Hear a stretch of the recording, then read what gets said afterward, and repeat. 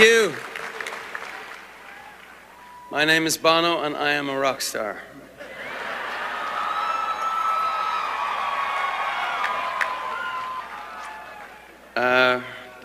Don't get me too excited, because I use four-letter words when I get excited.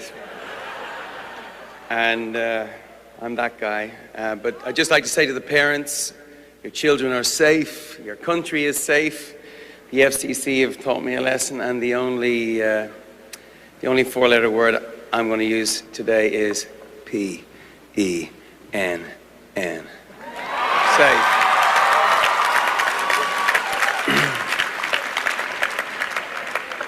Actually, come to think of it, Bono is a four-letter word.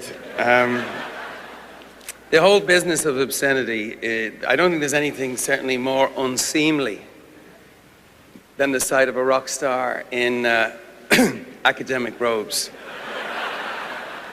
It's a bit like when people put their King Charles Spaniels in little tartan sweats and hats. It's not natural. And it doesn't make the dog any smarter. It's like, no. But it's true, we were here before with you two, and I would like to thank them for giving me a great life as well as you. I got a great rock and roll band that normally stand at the back when I'm talking to thousands of people in a football stadium. And they were here with me, I think it's 7 years ago. Actually, then there was some other sartorial problems. I was wearing a mirrorball suit at the time, and I emerged from a 40-foot high revolving lemon.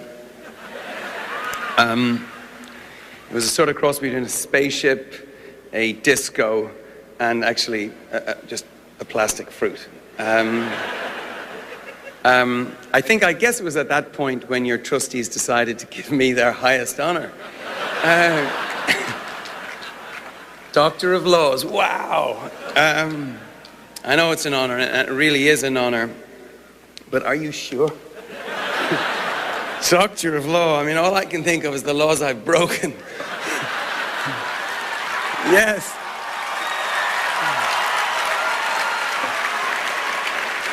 Laws of nature, laws of physics, laws of the Commonwealth of Pennsylvania. And on a memorable night in the late 70s, I think it was Newton's law of motion sickness or something. But no, it's true, my resume reads like a rap sheet. I have to come clean. I've broken a lot of laws, and the ones I haven't, I've certainly thought about.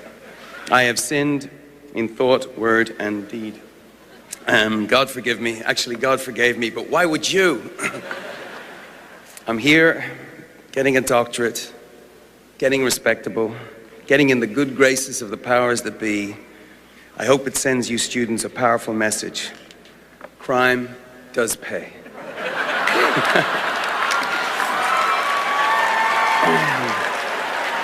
So I humbly accept the honor, keeping in mind the words of a British playwright, John Mortimer it was, no brilliance is needed in the law. Nothing but common sense and relatively clean fingernails. Well, at best, I've got one of the two of those. But no, I never went to college. I've slept in some strange places, but the library wasn't one of them. I studied rock and roll. And I grew up in Dublin in the 70s. Music was an alarm bell for me. It woke me up to the world. I was 17 when I first saw The Clash, and it just sounded like revolution. The Clash were like, this is a public service announcement with guitars. I was the kid in the crowds who took it at face value. Later, I learned that a lot of the rebels were in it for the t-shirt. They'd wear the boots, but they wouldn't march. They'd smash bottles on their heads, but they wouldn't go to something more painful like a town hall meeting. By the way, I felt like that myself until recently. I didn't expect change to come so slow, so agonizingly slow. I didn't realize that the biggest obstacle to political and social progress wasn't the Freemasons or the establishment or the boot heel of whatever you consider the man to be. It was something much more subtle, as the provost just referred to, a combination of our own indifference and the Kafkaesque labyrinth of no's you encounter as people vanish down the corridors of bureaucracy. So that for better or worse, that was my education. I came away with a clear sense of the difference music could make in my own life, in other people's lives if I did my job right, which if you're a singer in a rock band means avoiding the obvious pitfalls like, say, a mullet hairdo. If anyone here doesn't know what a mullet is, by the way, your education is certainly not complete. I'd ask for your money back. For a lead singer like me, a mullet is, I would suggest, arguably more dangerous than a drug problem. Yes, I had a mullet in the 80s. Now this is the point where the members of the faculty start smiling uncomfortably and thinking maybe they should have offered me the honorary bachelor's degree. Instead of the full-blown, he should have been the bachelor's one. He's talking about mullets and stuff. And look, if they're asking what on earth I'm doing here, I think it's a fair question. What am I doing here? And more to the point, what are you doing here? Because if you don't mind me saying so, this is a strange ending to an Ivy League education. 4 years in these historic halls thinking great thoughts. And now you're sitting in a stadium, better suited for football, listening to an Irish rock star give a speech that is so far mostly about himself. What are you doing here? Actually, I saw something in the paper last week about Kermit the Frog giving a commencement address somewhere. One of the students was complaining, I worked my ass off for 4 years to be addressed by a sock.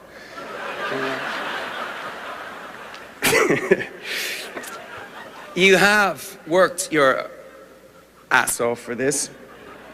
For 4 years, you've been buying, trading, and selling everything you've got in this marketplace of ideas, the intellectual hustle.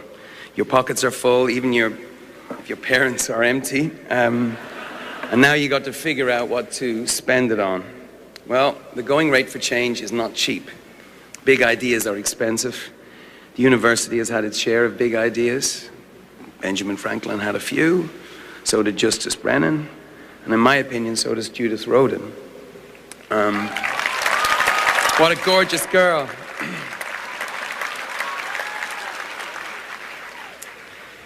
They all knew that if you're going to be good at your word, if you're going to live up to your ideals and your education, it's going to cost you. So my question, I suppose, is, what's the big idea? What's your big idea? What are you willing to spend your moral capital, your intellectual capital, your cash, your sweat, equity in pursuing outside of the walls of the University of Pennsylvania?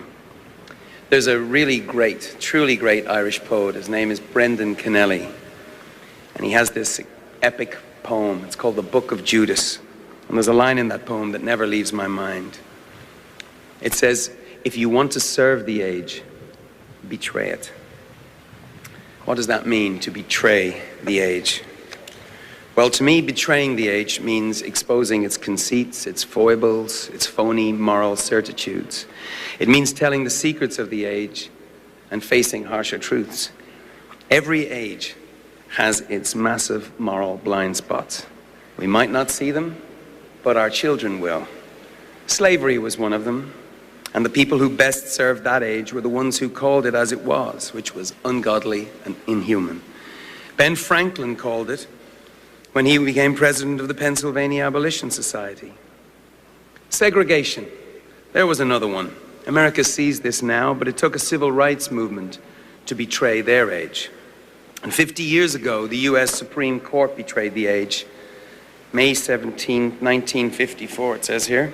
Brown versus Board of Education came down and put the lie to the idea that separate can ever really be equal.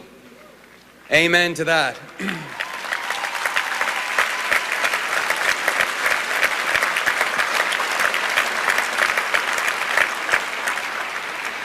Fast forward 50 years, May 17th, 2004. What are the ideas right now worth betraying? What are the lies we tell ourselves now? What are the blind spots of our age? What's worth spending your post-pen lives trying to do or undo? It might be something simple. It might be something as simple as our deep down refusal to believe that every human life has equal worth. Could that be it? Could that be it?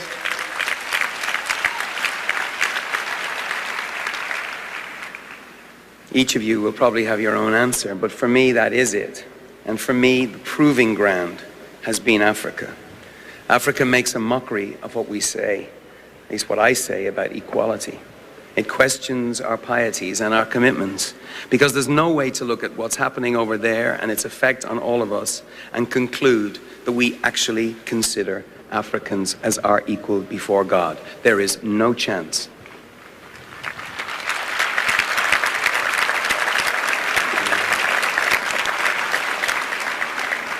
An amazing event happened here in Philadelphia in 1985. Live Aid, that whole We Are the World phenomenon, the concert that happened here. Well, after that concert, I went to Ethiopia with my wife, Ali. We were there for a month.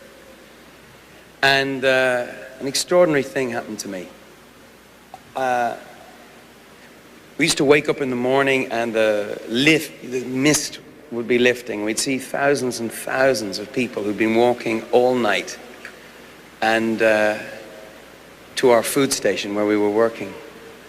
And one man I was standing outside talking to the translator, this beautiful boy, and he was saying to me in Amharic, I guess it was, I was saying, I can't understand what he's saying, and this nurse who spoke English and Amharic said to me, he's saying, will you take his son? He's saying, please take his son. He would be a great son for you.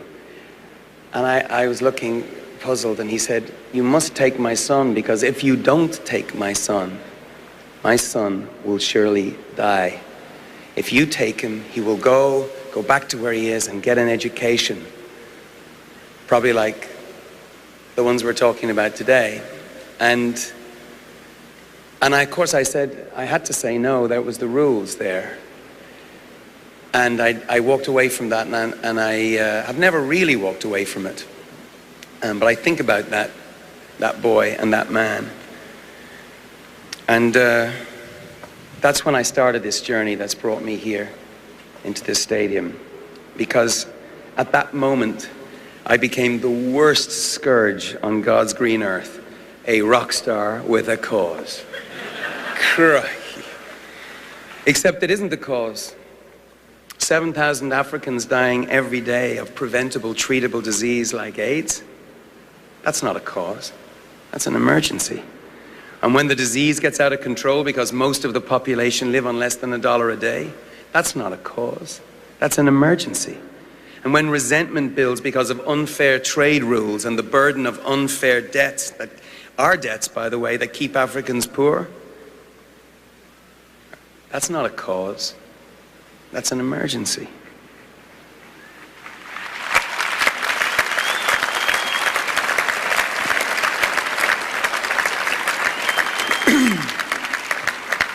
So We Are the World Live Aid started me off. You know, it was an extraordinary thing, and really that event was about charity. But 20 years on, I'm not that interested in charity. I'm interested in justice. There's a difference. Africa needs justice as much as it needs charity. Equality for Africa is a big idea. It's a big, expensive idea. I see the Wharton graduates now getting out the math on the back of the programs. Numbers are intimidating, aren't they? But not to you. But the scale of the suffering and the scope of the commitment, they often numb us into a kind of indifference. Wishing for the end to AIDS and extreme poverty in Africa is like wishing that gravity didn't make things so damn heavy. We can wish it, but what the hell can we do about it? Well, more than we think. We can't fix every problem, corruption, natural calamities are part of the picture here. But the ones we can, we must. The debt burden, as I say, unfair trade, as I say, sharing our knowledge, the intellectual copyright for life-saving drugs in a crisis. We can do that. And because we can, we must. Because we can, we must. Amen. Sorry. This is the straight truth, the righteous truth. It's not a theory, it's a fact. The fact is that this generation, yours, my generation, that can look at the poverty, we're the first generation that could look at poverty and disease, look across the ocean to Africa and say with a straight face, we can be the first to end the sort of stupid, extreme poverty where in a world of plenty, a child can die for lack of food in its belly. We can be the first generation. It might take a while, but we can be that generation that says no to stupid poverty.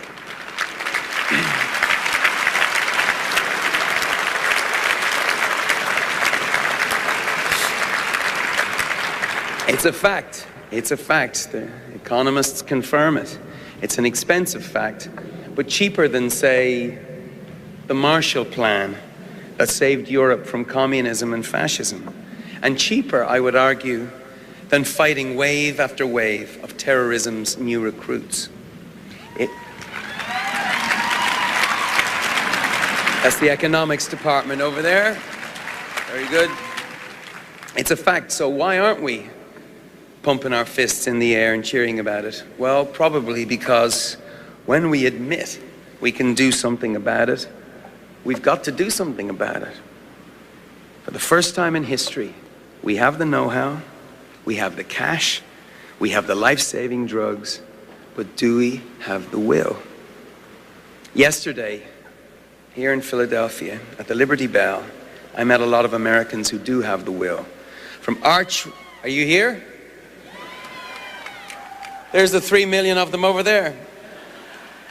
From arch-religious conservatives to young secular radicals. I just got an incredible, overpowering sense that this was possible yesterday. We're calling it the One Campaign, to put an end to AIDS and extreme poverty in Africa. They believe we can do it. So do I. I really, really do believe it. And I just want you to know, I think this is obvious, but I'm not really going in for the warm, fuzzy feeling thing. I'm not a hippie. I do not have flowers in my hair. I come from punk rock, all right? The Clash wore army boots, not Birkenstocks, all right? I believe America can do this. I believe that this generation can do this. In fact, I want to hear an argument about why we shouldn't. I know idealism is not playing on the radio right now. You don't see it on TV. Irony is on heavy rotation. The knowingness, the smirk, the tired joke. I've tried them all out.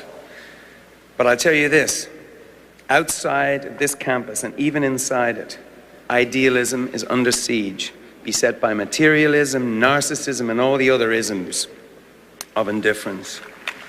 Bagism, shagism, ragism, thatism, graduatism, jismism, I don't know. Where's John Lennon when you need him? But I don't want to make you cop to idealism, not in front of your parents or your younger siblings. But what about Americanism? Will you cop to that at least? It's not everywhere in fashion these days, Americanism. Not very big in Europe, truth be told. No less on Ivy League college campuses. But it all depends on your definition of Americanism. Me, I'm in love with this country called America.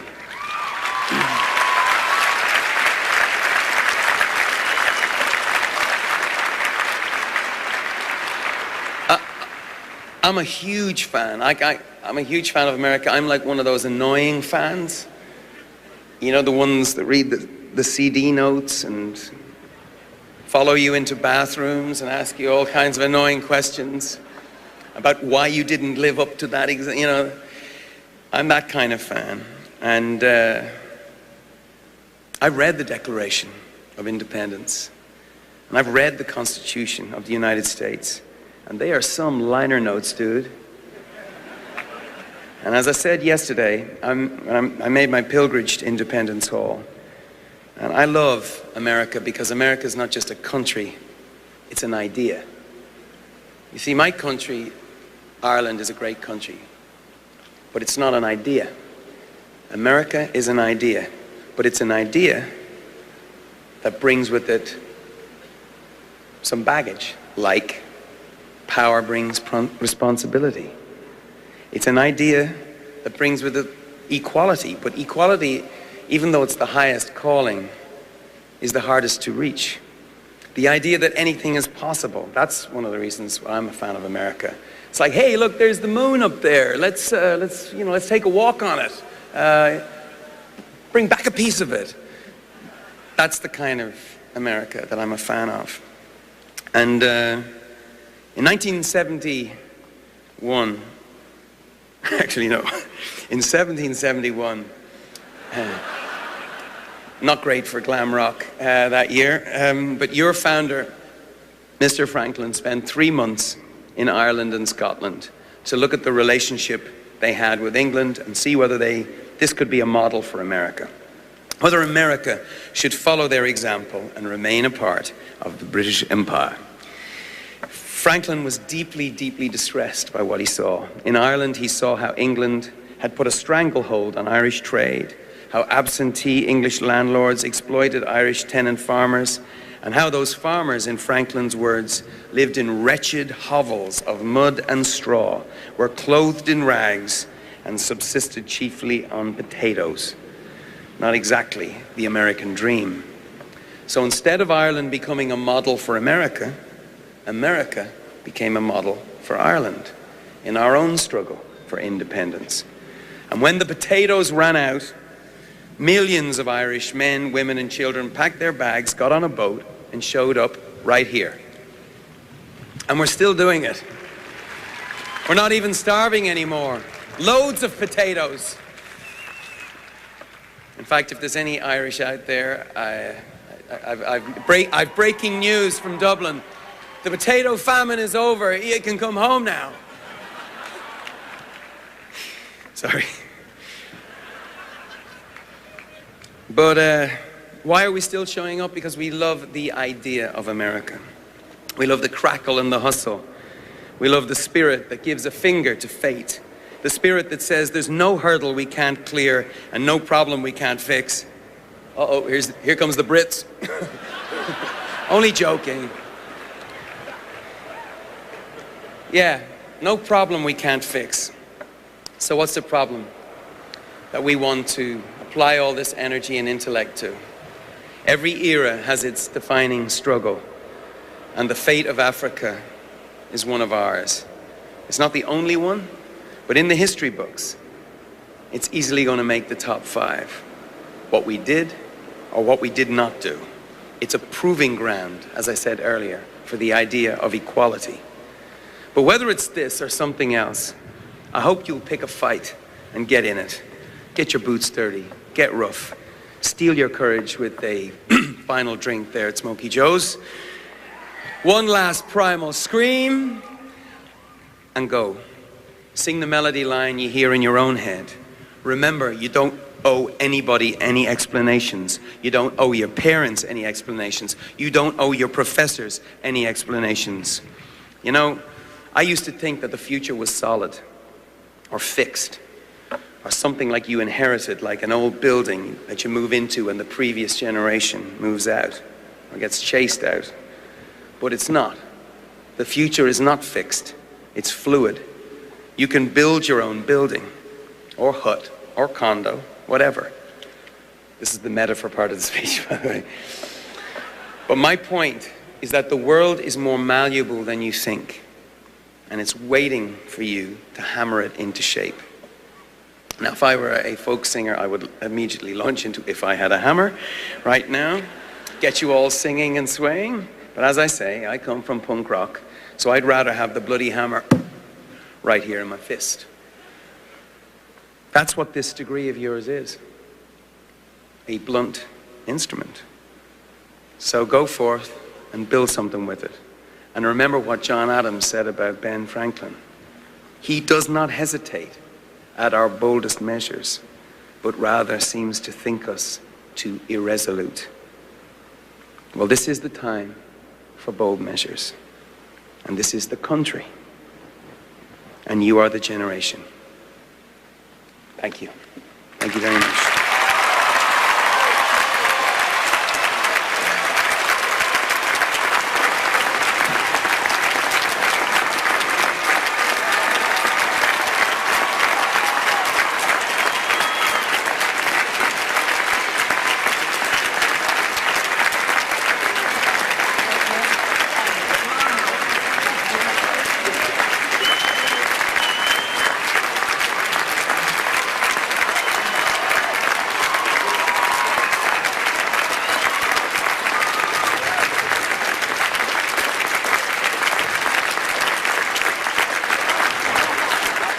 Parents, your children are safe, your country is safe. The FCC have taught me a lesson, and the only four-letter word I'm going to use today is P-E-N-N. Safe.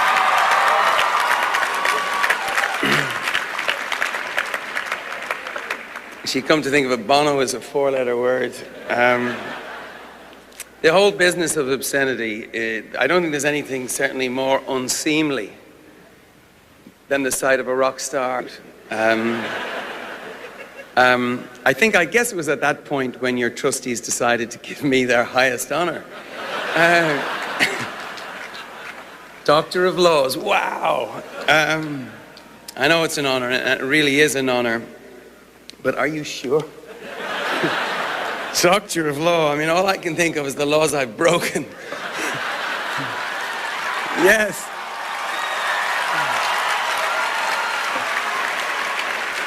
Laws of nature, laws of physics in academic robes. It's a bit like when people put their King Charles Spaniels in little tartan sweats and hats. It's not natural. And it doesn't make the dog any smarter. It's like, no. It's true, we were here before with you two, and I would like to thank them for giving me a great life as well as you. I got a great rock.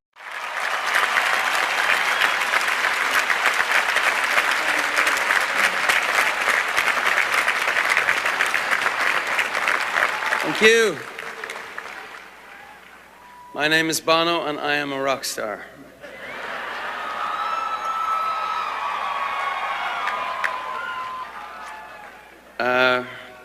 Don't get me too excited, because I use four-letter words when I get excited. And I'm that guy. But I'd just like to say to the rock and roll band that normally stand at the back when I'm talking to thousands of people in a football stadium, and they were here with me. I think it's 7 years ago. Actually, then there was some other sartorial problems. I was wearing a mirror-ball suit at the time, and I emerged from a 40-foot high revolving lemon. It was a sort of cross between a spaceship, a disco, and actually just a plastic fruit.